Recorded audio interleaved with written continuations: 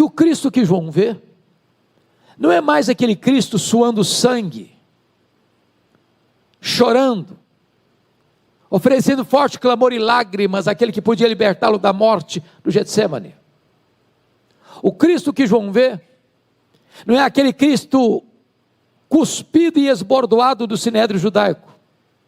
O Cristo que João vê, não é o Cristo espancado e vilipendiado do pretório romano. O Cristo que João vê, não é aquele Cristo exangue que caminha trôpego sob as vaias de uma multidão ensandecida pelas ruas de Jerusalém. O Cristo que João vê, não é mais aquele Cristo estendido naquele leito vertical da morte. O Cristo que João vê é o Cristo da glória, é o Cristo vencedor. Seus cabelos não estão mais cheios de poeira e de sangue, mas são brancos como a neve. Os seus pés não estão mais esmagados pelos cravos, mas são como bronze polido. As suas mãos não estão mais presas ao lenho maldito, mas sustentam a igreja. Os seus olhos não estão mais cheios de sangue, mas são como chamas de fogo. A sua voz não está mais embargada pela sede, mas é voz como de muitas águas. O seu rosto não está mais desfigurado, mas brilha como o sol no seu fulgor. Quando João vê o Cristo da glória, diz a Bíblia, que ele cai como morto aos seus pés. E então o Senhor põe a mão direita sobre ele, diz: não tenha medo, João. Eu sou o primeiro e o último. Eis que eu estive morto, mas estou vivo pelos séculos dos séculos, e tenho as chaves da morte e do inferno. Nós não estamos aqui hoje adorando o Cristo que esteve vivo e está morto. Nós estamos aqui adorando o Cristo que esteve morto, mas está vivo pelos séculos dos séculos, e tem as chaves da morte e do inferno. Quando você olha comigo para o verso 13 do capítulo 1, João o vê no meio dos candeeiros. E eu preciso dizer a você que Jesus está aqui entre nós, no meio desse candeeiro, nesta noite. E é porque Ele está aqui, que você e eu estamos aqui. É porque Ele está aqui, que este congresso pode oferecer-nos esperança. É porque Ele está aqui, que Ele pode revitalizar a igreja e reavivar a sua obra. Mas notem comigo no capítulo 2, versículo 1, que Ele não está apenas no meio dos candeeiros, Ele está andando no meio dos candeeiros. E Jesus está aqui hoje andando entre nós. E Ele está andando entre nós para nos exortar, para nos corrigir, para nos disciplinar, para nos advertir, para nos consolar, para fazer-nos promessas. Na medida que Ele caminha no meio das igrejas, e na medida que Ele caminha entre nós nesta noite, há um estribilho que se repete em todas as 7 cartas, e o estribilho é esse: eu conheço. Eu conheço. Eu conheço. Eu conheço. Eu conheço. Eu conheço. Eu conheço. Para 5 dessas 7 igrejas, ele repete a mesma expressão. Para a igreja de Éfeso, para a igreja de Tiatira, de Sardes, de Filadélfia e Laodiceia, ele diz assim: eu conheço as tuas obras. Aquilo que você fez, seus pais não viram, seus filhos não viram, seu marido não viu, sua mulher não viu, seu pastor não viu, sua igreja não viu.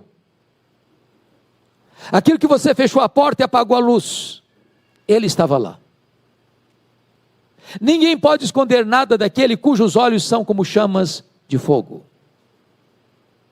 Só Ele pode dizer: eu conheço.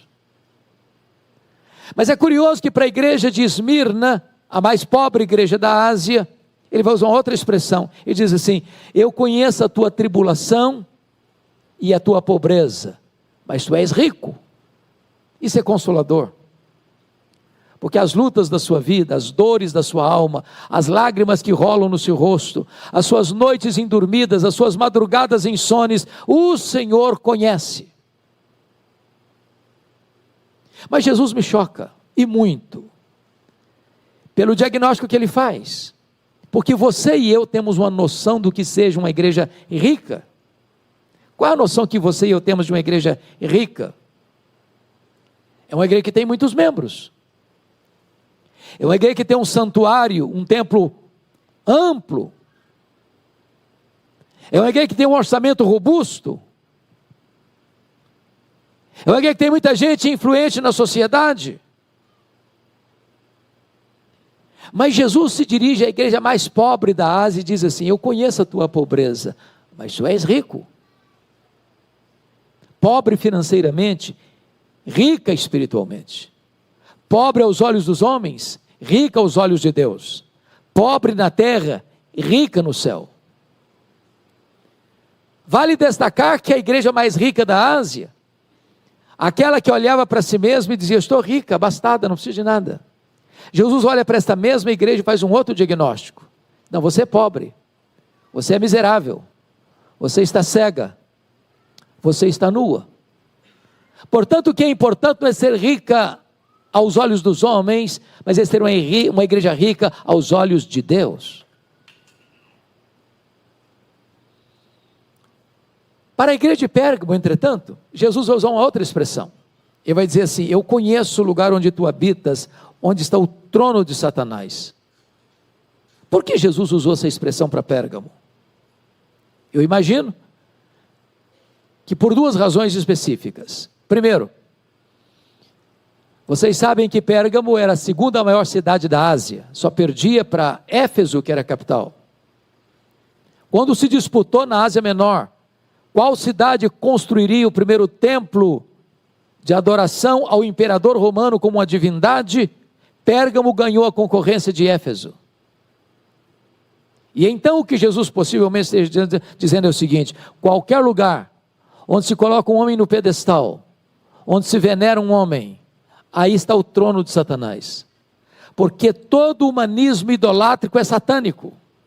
Porque Deus não divide a sua glória com ninguém. A segunda razão é que Pérgamo hospedava o templo oficial de Esculápio, o chamado Deus da cura, que era simbolizado por uma serpente. Pessoas do mundo inteiro iam a Pérgamo para serem curadas. É por isso que quando você vai ao seu médico até hoje, você vai ver bordado no jaleco branco do seu médico uma serpente. Isso vem de Pérgamo. Isso vem de Esculápio. Isso vem do Deus da cura. E possivelmente o que Jesus esteja nos dizendo é o seguinte: qualquer lugar que o homem forja na sua mente, ou fabrica com as suas mãos um ídolo, e se prostra diante dele, para servi-lo, adorá-lo, aí está o trono de Satanás. Porque o ídolo de si mesmo é nada, ele é pau, ele é pedra. Na palavra do salmista, ele tem boca, mas não fala, ele tem nariz, mas não cheira, ele tem mãos, mas não apalpa, ele tem pés, mas não anda. Mas o apóstolo Paulo vai dizer que o que está por trás dos ídolos são os demônios. O que me impressiona é que numa cidade onde está o trono de Satanás, aí o Senhor planta uma igreja para adorar o Rei dos Reis e o Senhor dos Senhores. Jesus está aqui hoje, e ele está andando no meio dos candeeiros, e na medida que ele anda no meio dos candeeiros, das 7 igrejas, ele tem elogios a fazer, e ele tem censuras a fazer. Por exemplo, para 2 igrejas, Jesus só tem elogios, nenhuma censura. Para quais igrejas? Para a igreja de Esmirna, mais pobre. Para a igreja de Filadélfia, a mais fraca. Jesus disse para a igreja de Filadélfia assim: eu conheço as tuas obras, tu tens pouca força, mas eu coloquei diante de ti uma porta aberta, e a porta que eu abro, ninguém fecha, e a porta que eu fecho, ninguém abre. O que é importante, irmãos, para uma igreja, não é ser forte de acordo com a perspectiva humana, mas ser fortalecida pelo Deus Todo-Poderoso, apesar da sua fraqueza. Mas, para 4 igrejas, Jesus tem elogios a fazer, e tem censuras a fazer. Para a igreja de Éfeso, Jesus elogia pela sua fidelidade doutrinária. pelo seu zelo ético e pela sua capacidade de sofrer pelo Evangelho. E com isso Jesus está nos dizendo que uma igreja só pode agradar a Jesus se essa igreja for fiel às Escrituras, for fiel à palavra de Deus. Nenhuma igreja pode agradar a Jesus se ela negocia princípios e valores, se ela transige com a sã doutrina, se ela prega um outro evangelho mais palatável para agradar as pessoas, para atraí-las. O papel da igreja não é agradar as pessoas, é pregar a elas o evangelho que salva, que liberta, que transforma. Mas é curioso que Jesus diz para essa mesma igreja: eu tenho uma coisa, entretanto, contra ti, que tu abandonaste o teu primeiro amor. E aqui está um risco para nós, porque às vezes até na defesa da sã doutrina, nós podemos perder o fervor. Podemos manter a ortodoxia, mas uma ortodoxia morta. E eu posso lhes garantir que a ortodoxia é boa, ela é necessária, ela é insubstituível, ela é inegociável, mas ortodoxia morta